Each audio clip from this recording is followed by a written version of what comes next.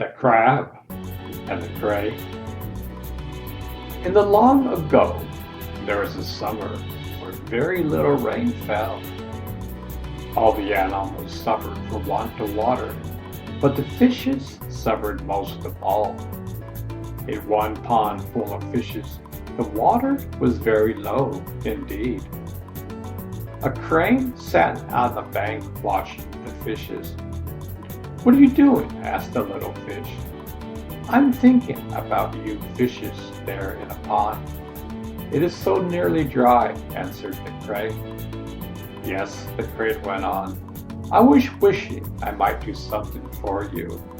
I know of a pond in the deep woods where there is plenty of water." "I declare," said the little fish, "you are the first crane that ever offered to help a fish."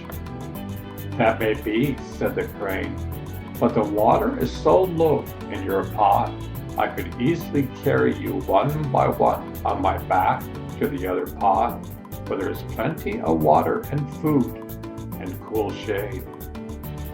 "I don't believe there is any such pond," said the little fish. "What you wish to do is to eat us one by one."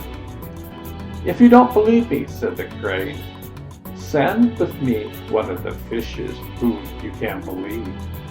I'll show him the pond and bring him back to tell it all about you." A big fish heard the crane and said, "I will go with you to see the pond. I may as well be eaten by the crane as to die here." So the crane put the big fish on his back and started for the deep woods. Soon the crane showed the big fish the pool of water. "See how cool and shady it is," he said, "and how much larger the pond is, and how full it is." "Yes," said the big fish, "take me back to the little pond, and I'll tell the other fishes all about it." So back they went. The fishes all wanted to go when they heard the big fish talk about the fine pond which he had seen.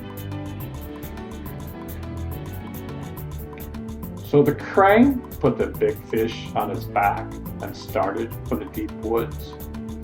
Then the crane picked up another fish and carried it away, not to the pool, but into the woods, where the other fishes could not see them. Then the crane put the fish down and ate it. The crane went back for another fish. He carried it to the same place in the woods and ate it too. This he did until he'd eaten all the fishes in the pond. The next day the crane went to the pond to see if he had left a fish. There was no one left, but there was a crab on the sand. "Little crab," said the crane, "would you like me to take you to the fine pond in the deep woods where I took the fishes?" "But how could you carry me?" asked the crab. "Oh, easily," answered the crane. "I'd take you on my back as I did the fishes." "No, I thank you," said the crab. "I can't go that way. I'm afraid you might drop me. If I take hold of your neck with my claws, I would go. You know, we crabs have a tight grip."